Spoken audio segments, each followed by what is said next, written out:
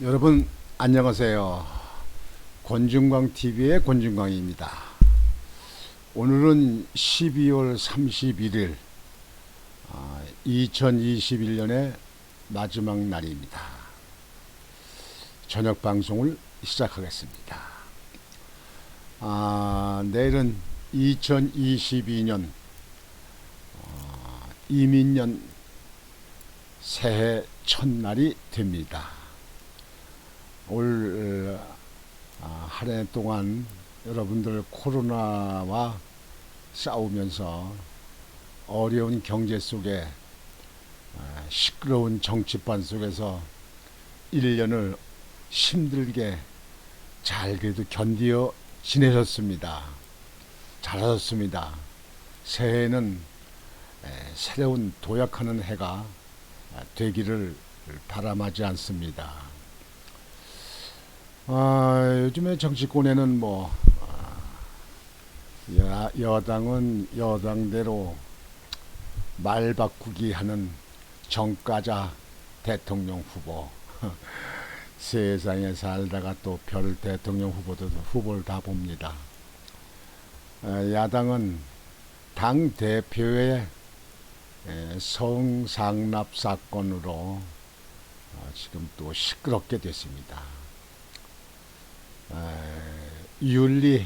국민의힘 윤리위원회에서 열었는데 그거를 그 안 자체를 상정을 하지 않기로 해서 이준석 대표에 대한 윤리 심의는 열리지 못했습니다. 또 그 통일 홍보 단장으로 있는 조의원에 대한 윤리위원회도 이 대표가 제소를 했는데 그것도 열리질 않아서 다 무혐의 됐습니다. 그냥 지나갔습니다. 윤리위원회가 윤리를 따지지 않고 게시하지 않고 그냥 마무리 지은 것은 정당으로서는 잘한 것이 아닙니다. 그런 가운데서 이제 시간은 점점 흐른다면 올해는 그 보신각 종을 치는 일을 실제 실행을 하지 않고 전에 했던 녹음돼 있는 거 온라인으로 내보낸다고 합니다. 그래서 아마 제 종소리를 듣기 위해서 마음을 가졌던 분들은 아마 허탈할 겁니다. 그러나 그 종소리를 녹음을 해서 나온 것을 온라인으로 보낸다니까 그 소리를 들으시면 될 것 같습니다. 제가 젊었을 적에 현대건설일 때는 매년 12월 30일이면 종로 그 종각에 나가서 제야의 종 치는 것을 아주 환영하고 기쁘게 보고 종소리 끝난 이후에 새해를 맞는다고 해서 무교동에 가서 새벽 식사도 하고 새벽까지 이렇게 다니고 돌아다니고 막 그냥 명동으로 다니고 이렇게 했던 기억이 납니다만 지금은 종소리 들어라 갈 종을 친다 하더라도 종소리 치라 갈 그런 생각은 나이 탓인지 들지 않습니다. 우선 여러분들 보신각 종에 대한 그 유래를 좀 말씀을 드리고 그 다음에 이 정부의 결산하는 문제 그런 문제를 말씀을 이어서 나가겠습니다. 보신각종은 원래는 그것이 이태조가 이제 이성계 아닙니까? 이태조가 고려를 멸망시키고 조선을 건국해서 한양으로 서울로 도읍지를 옮기죠. 그래서 옮겨가지고 사대문이 있고, 사대문, 남대문, 동대문, 사대문이잖아요. 대문이 있고, 그것도 사이사이에 네 소문, 사소문이 있는데, 그 대문 소수문, 그 대문과 사대문과 사소문을 열고 닫고 할 거를, 그런 걸 알려주기 위해서 종을 치는 것을 했습니다. 그래서 그러니까 통행금지식이죠. 지금으로 말하면 통행금지식이죠. 그래서 하루에 두 번을 치는데 두 회를 치죠. 새벽에 4시에 오경이라고 그러는데 새벽 4시에 치고 또 밤 10시 이경이라고 그러죠. 그러니까 새벽 4시 아침 일찍이들 움직이니까 새벽 4시에 치고 또 종소리를 내고 10시에 또 치고, 그래서 밤에는 이제 그때는 밤에 들어가 잠을 자게 되니까, 그러니까 이렇게 그걸 알리는 일을 했습니다. 그걸. 그래서 밤 10시 잘 때는 28번을 치고, 그리고 아침 새벽에는 33번을 쳤습니다. 땡,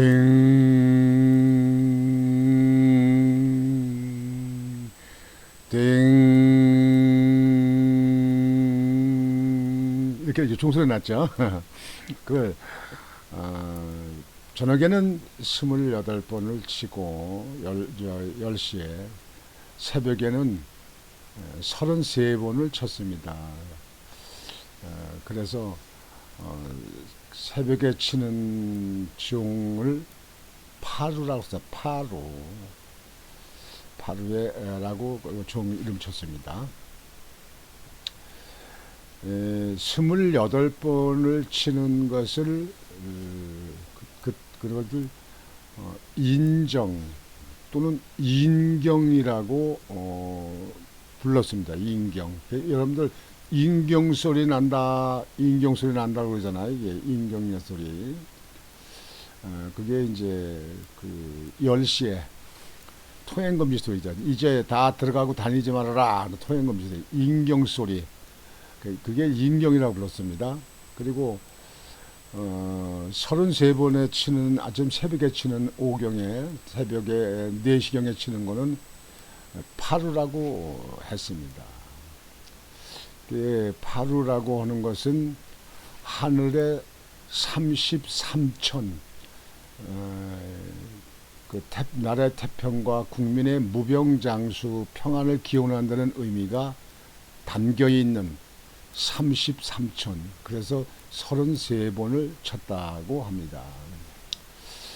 1895년 고종 32년 종각에서 보신각이라는 명칭으로 바뀌면서 정오와 자정에 타종하는 것으로 변경했습니다. 1908년 4월부터는 포를 쏘는 것으로 대체되었습니다. 종을 치지 않고 포를 뻥뻥 쐈습니다. 태조 때 주조된 종루는 1413년 종로 내거리로 옮겨졌고 1468년 세조 때 새로 주조를 해서 새로 그 종을 만들어서 그 보신각으로 옮겨서 보물 제2호로 이제 정해진 거죠. 그게 보신각종이 됐습니다.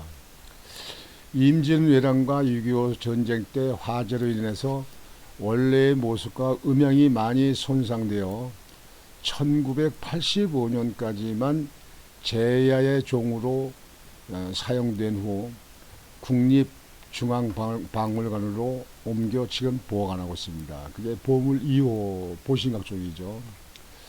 지금 보신각에 걸려있는 종은 국민의 성금에 의해서 새로 주조된 종입니다.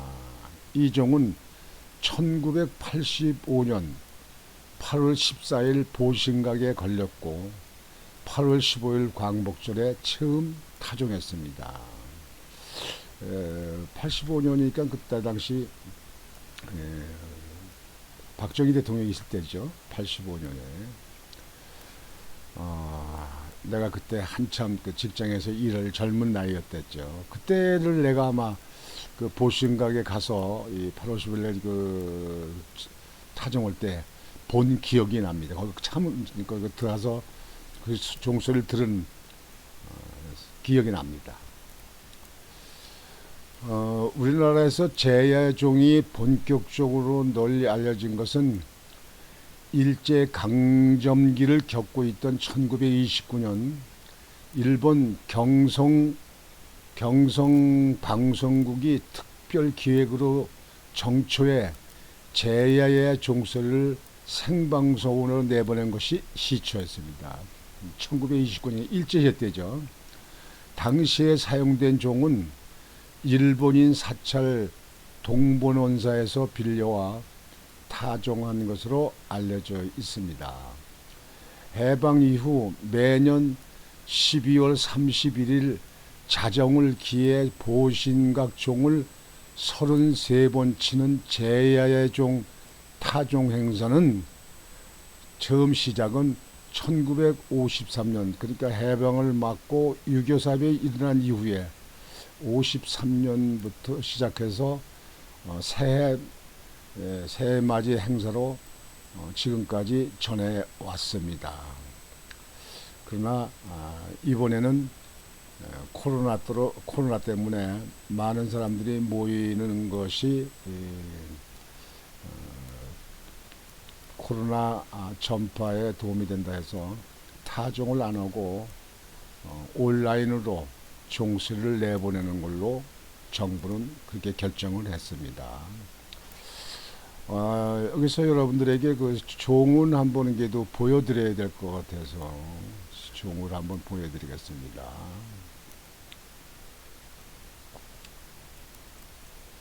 이게 보신각 종입니다. 지금 현재 종인데 그 사진을 찍은 것 보입니다. 이게 이제 종을 치는 거죠. 종을 여기다 치면은 땡, 땡, 땡. 이건 나라의 그 평안과 국민들의 무병장수, 그 건강하길 기원하는 식으로 시작이 됐다고 하는 것이 그 유래라고 말씀을 드렸습니다. 저는 시간이 가능하면 우리 학교 선배님, 존경하는 선배님이 계신데 김정기 선배님이라고 아마 여러분들 많이 아실 겁니다. 전에 학교 선생님도 하셨고 또 한국일보에 가셔서 한국일보에서도 계셨다가 인천일보 창간할 때 인천일보 창간하는 일을 주관해서 하셨어요. 전무이사로 계시기도 했고 지금도 아주 건강하십니다. 근데 그 김정희 선배님의 그 사무실에 가면은 이 종이 우리 그 나라 종 만드는 장인이 만든 종이 있습니다. 아주 소리가 참 좋습니다. 진작 녹음을 좀 해올 걸 녹음을 못했습니다만 그 종을 돌아가신 김영삼 대통령이 그 종을 장인한테 만들어서 한국의 지도자급에 있는 분들한테 선물을 한 걸 김정기 선배도 그 선물을 그 당시 받아서 워낙 훌륭하신 분이니까 받아서 사무실에 그걸 걸어놓고 계세요. 제가 그래서 사무실에 들르면 그 종을 3번씩 칩니다. 땡. 그 소리가 아주 은은하게 유연하게 아주 그냥 종소리가 한참 울려 나갑니다. 이게 아주 그래도 확실히 장인이 만들었다고 그래서 그 종이 아마 특수하게 된 것 같습니다. 오늘 시간이 되면 가서 그 종소리를 좀 들었고 종소리를 좀 녹음을 좀 해야 될 것 같은데요. 어떻게 될지 모르겠습니다. 오늘 저는 말일이 되고 그래서 그 좀 목욕도 좀 하고 이발도 좀 하고, 그래서 이발도 좀 이렇게 머리도 깎았습니다. 이발도 좀 하고 너무 대머리가 져가지고 제가 모자를 이렇게 씁니다. 또 머리가 대머리 지니까 또 머리가 차요. 나이 드신 분은 또 머리가 차면 혈관이 위축돼서 피가 잘 안 통해가지고 또 이게 건강에도 안 좋지 않습니까? 그래서 모자를 씁니다.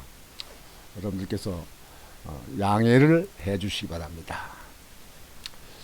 이제 이 종을 여러분들은 오늘 밤에 0시에 그 자정에 온라인으로 보내는 종소리를 들으시고 새해 새 희망을 가지시기 바랍니다.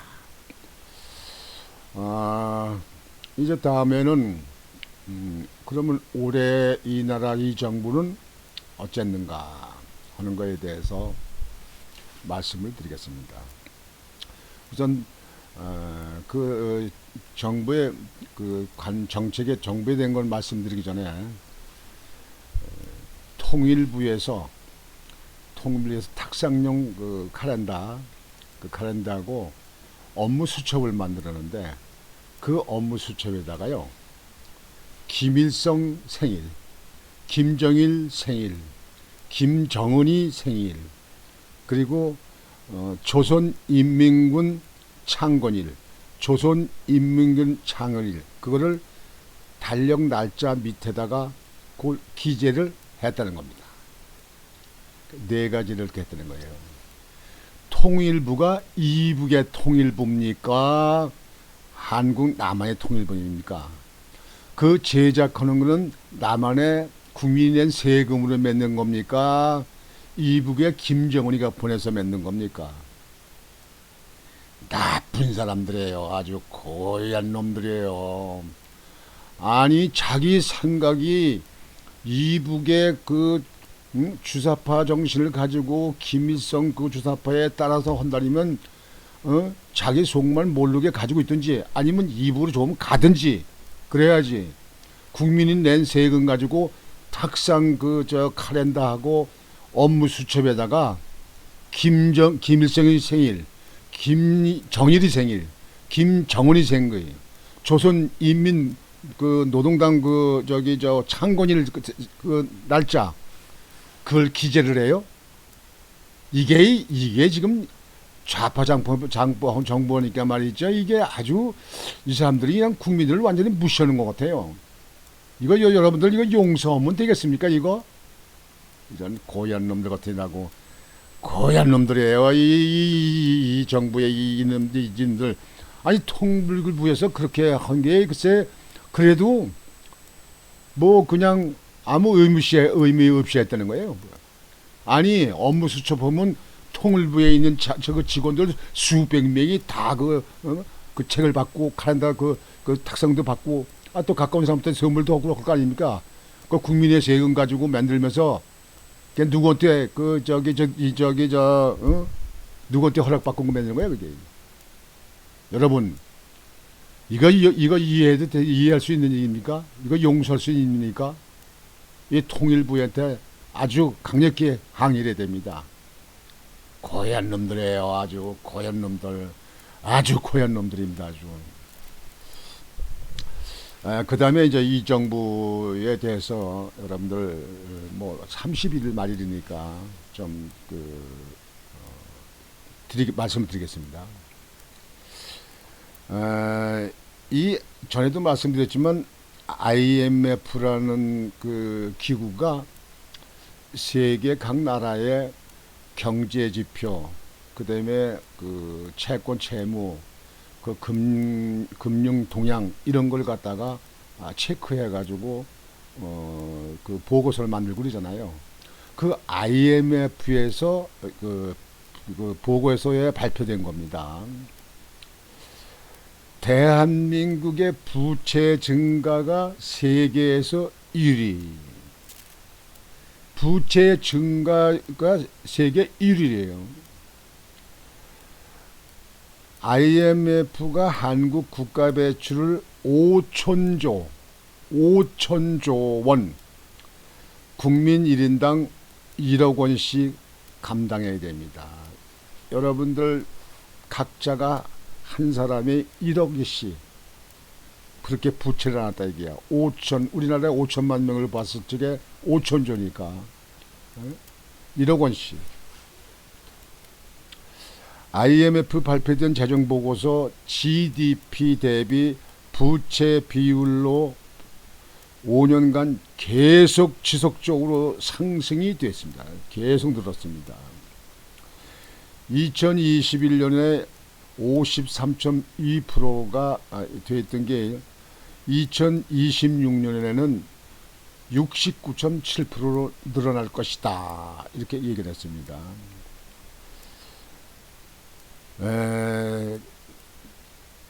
특히 우리 지금 어린 젊은이 20대, 30대, 2030 세대에게는 그 빚을 다 떠안게 되는 겁니다. 지금 이 정부에서 이 빚을 많이 져놓은 거, 이 기성세대가 진 빚을 기성세대들은 그때 물러나면 그만이에요. 그러면 그 사람들은 자기 집이라도 갚는 거 아니에요. 그럼 후대들이 그 빚을 이어서 갚아나가야 돼. 나라는 유지가 돼야 되니까요. 그러면 2030 시대에 그 빚을 다 안고 갚아나가야 된다. 그래요. 2030들이요. 이 생각을 너무 이렇게 근사한적으로 생각하면 안 됩니다. 그래서 여러분들이 2030이 나라를 어떻게 잘 끌고 나갈 건가 경영할 건가 하에 대해서 투표를 정말 기도하는 마음으로 찍어야 됩니다. 여러분들도 책임이 있는 거예요. 여러분들이 5천조 빚을 다 앞으로 갚아나간다. 여러분들은 괜찮은 겁니까? 어떤 뭐로든지 세금을 더 올리든지 뭐든지 여러분들한테 갚아나가는 거예요. 그때 2030이 다 우리나라 하나도 없다. 그러면 모를까. 여러분들은 젊은 사람들이 생각을 해야 됩니다. 우리 그동안의 이 정부는 경제, 안보, 정치, 코로나, 부동산, 탈원전, 일자리, 세금 문제 등에 대해서 봤을 적에 어느 하나 잘한 것이 있습니까? 여러분들 잘한 게 있다고 생각합니까? 이게? 그건 여러분들은 그 정보를 모르는 거고 잘 그걸 갖다 알아보지 않은 거예요. 잘한 거 하나도 없습니다. 전부 다 문제점을 안 왔어요. 문재인 정부 4년간 학점으로 따지면 F학점 정도 된다. 여러분 대학교 다니는 사람들 F학점이면 낚시 아닙니까? 문재인 정부 집권한 지 4년 7개월 만에 세계 경제대국 우리나라가 11위를 했습니다. 11위에서 지금은 세계 30위입니다. 우리나라가 문정부 전에 세계 경제대국 11위권으로 있었는데 지금 30위권으로 되어 있어요. 30위권으로. 이게 도대체가 이게 나라를 맡길 수 있는 정부입니까? 이게 기가 막힙니다. 제가 아주 기가 막혀요. 아예 속에 그냥 이게 주목이 올라와요. 한 번도 경험해 보지 못한 세상 만들어가기 위해 동분서주했다고 봐도 과언이 아닙니다. 이 정부가 이렇게 한 거에 대해서 우리 국민들은 어떤 이념이나 지역이나 학연에 따지지 말고 우리 자손 손주들을 생각했을 적에 이 나라가 제대로 끌고 나갈수록 제자리 잡을 수 있도록 내년도 3월 9일 대통령 선거는 제대로 여러분들이 선출을 해야 됩니다. 그렇지 않으면 이 나라는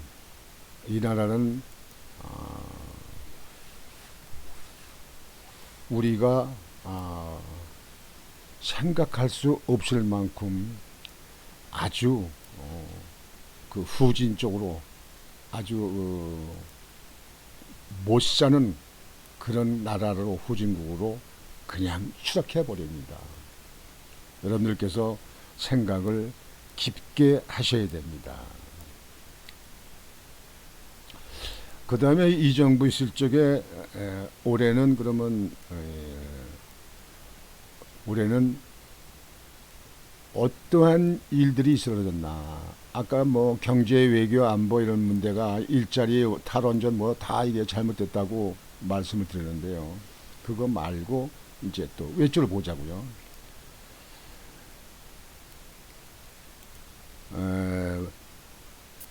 이 정부 때 전에 여러분들 알았죠? 버닝썬 수사하던 강남경찰서 강력반 이용준 형사가 변사체로 낚시터에서 발견됐어요. 변사체로.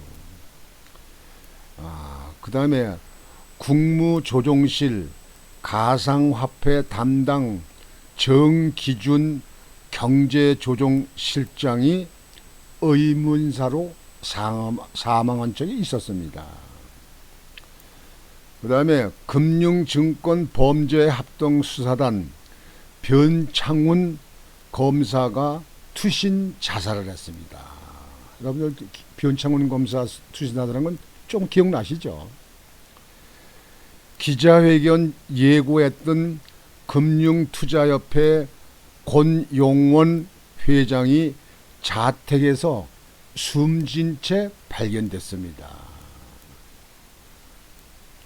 조국 장관, 조국 사모펀드 주담보 대출해준 상상인 저축은행 간부가 의문사로 사망을 했습니다. 상상인 그 저축은행 간부가 사망한 것도 여러분들 이제 어렴풋이 기억나시죠?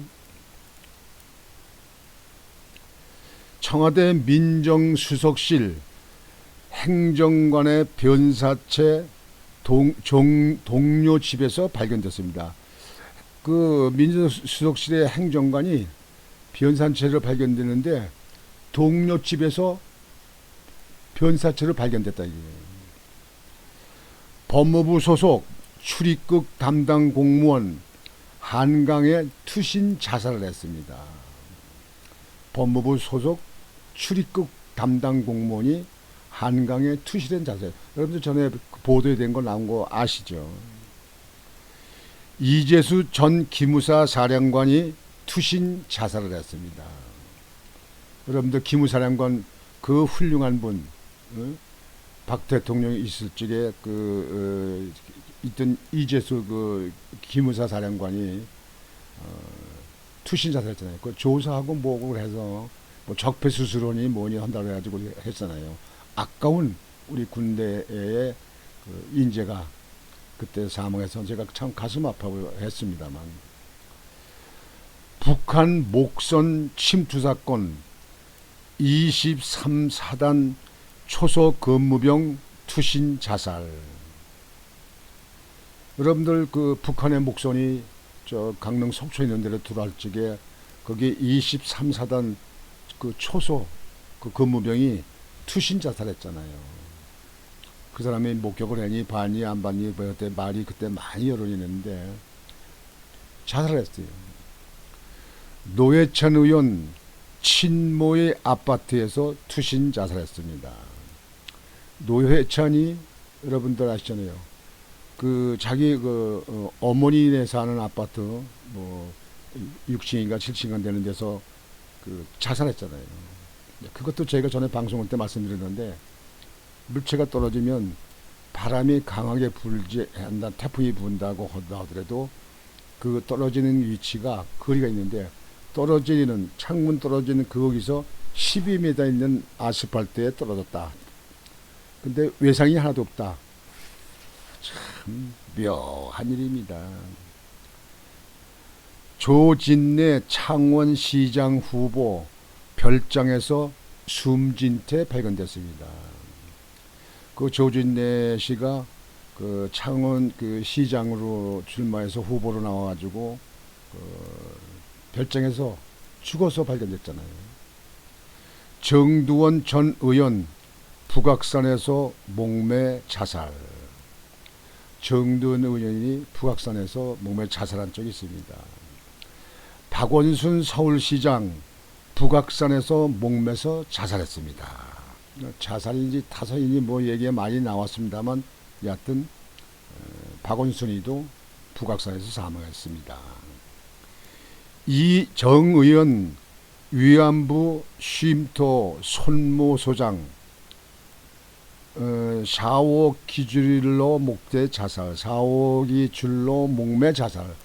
여러분들 지난번에 그 손모 그 소장 있잖아요. 저기 그 위안부 그 모임 쉼터, 그 마포에 있는 쉼터에서 그 손모 소장 그 여자가 있었는데 그 여자가 사망했잖아요. 그래서 그쪽에 또 그것도 지금 현재 미스터리로 되어 있습니다.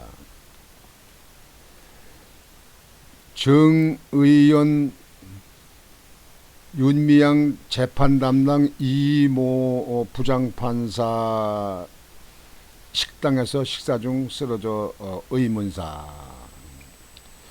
그 윤미향이 아까 윤미향이 연계되어 있는 게 그 손모 마포 쉼터 거기서 그 죽었는데 그 사건에 그 재판 담당했던 그 부장판사 이모 부장판사가 식사를 먹고 이렇게 하다가 사망을 했어요.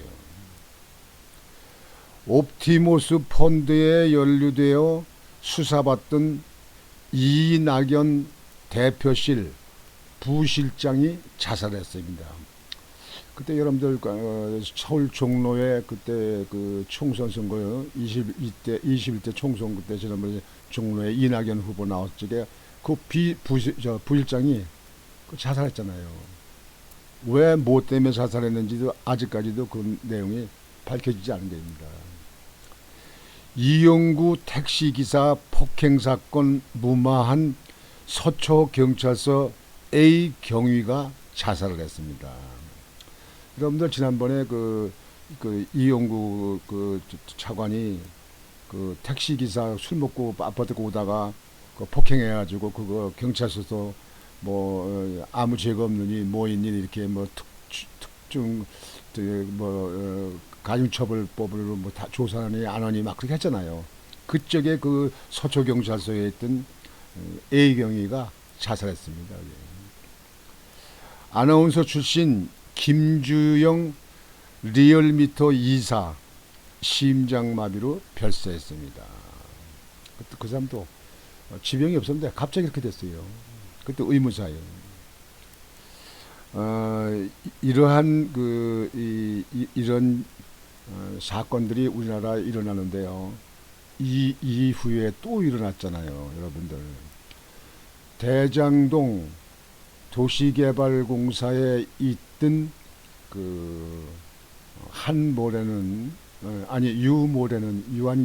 유모래는 그 본부장 그분이 자살했잖아요.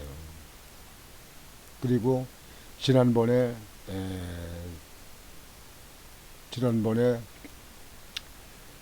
또 제1처장이 또 자살했잖아요. 공사 1층에서 자살했는데 뭐 유서는 없고 뭐 가방에서 편지를 쓴 거, 글을 쓴 걸 갖다가 가족이 발견했다 그러는데 아직도 그거 미궁입니다. 도시개발공사의 실질적인 핵심들 그 참모들입니다. 근데 두 사람이 다 죽었어. 한 사람은 유동규는 지금 구속돼서 영창에 들어가 있고 그 위에 결재 승인 보고받는 이재명 그 성남시 전 시장은 아무것도 모른다고 아직 조사도 안 받고 있어요.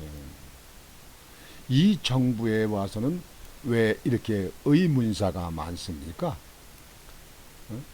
왜 사람들을 이렇게 많이 이렇게 상하게 다치게 만드는지 그게 아주 관심사입니다. 여하튼지 여러분들 올 한 해를 이렇게 돌이켜 보면은 참 너무나 얼룩지고 가슴 아프고 속 터지고 정말 재미없는 세상을 사는 그런 한 해를 지내셨습니다. 이게 신축년 소띠에 있었던 일인데요. 이제 소띠는 가버리고 이민년 새로운 해가 돌아옵니다. 이민년 새해에는 여러분들이 정권 교체가 돼서 호랑이 같이 아주 용감하고 힘있고 당차고 날래게 뛰는 그런 한 해가 우리 국가나 시청자 여러분들이나 모두 국민들이 그렇게 되시기를 바랍니다. 지금 현재 아무리 이러고 저러고 떠들고 뭐하고 아무리 변명하고 거짓말하고 말 바꾸고 마고 하고 해도 우리 국민들은 현명한 방법을 택하라고 생각합니다. 정권 교체만 이 나라 미래를 보장할 수 있고 비전을 가질 수 있는 정권 교체가 되어야 된다고 생각합니다. 여러분 생각은 어떠신지 모르겠는데요. 여러분들도 마음가짐을 올해 2021년을 보내시면서 마음가짐을 그렇게 가지시길 바랍니다. 그래서 새해는 당당히 이 나라가 세계의 웃음거리, 세계의 조롱거리가 아닌 세계에서 우러보고 존경하고 옛날 그 화려했던 2017년 이전에 경제대국, 경제 10위권에 가던 이 나라가 지속적으로 갈 수 있도록 다소 시간이 걸리겠지만 될 수 있도록 여러분들이 이 나라를 정권 심판, 정권 교체가 되도록 여러분들이 마음을 모시기를 바랍니다. 여러분 한 사람이 나라를 사랑하고 자손들을 만대에 행복한 나라를 유지하려고 한다면 여러분들 손으로 결정을 짓는데 노력을 하셔야 됩니다. 오늘 이제 저물어가는 이 한 해 막바지에 올해는 이 방송을 이걸 끝나고 내년 이제 새해 다시 여러분들에게 방송을 시작하겠습니다만 올해 한 해 남은 시간에 마무리 잘하고 마음 정리 잘하시고 그래서 새해는 여러분들 복 많이 받으시고 여러분들 하시는 일들 사업들이 일취월장으로 발전돼서 다복하고 대박이 나는 그런 한 해가 되시기를 바랍니다. 무엇보다도 여러분 가정이나 여러분들 건강이 아주 좋아지셔서 어디 아프지 마시고 건강하셔서 여러분들이 코로나도 이기고 여러분들 활기찬 더 발전 더 돈도 많이 버는 그런 이민년 한 해가 새해가 되기를 바랍니다. 오늘 방송을 마치면서 여러분께 아주 그동안에 감사의 인사를 드리겠습니다. 부족한 권중광 TV를 시청하시고 또 구독해 주시는 여러분에게 거듭 감사의 말씀을 드리면서 여러분에게 큰 인사를 드리면서 오늘 방송을 마치겠습니다. 여러분들 새해 복 많이 받으십시오. 안녕히 계십시오.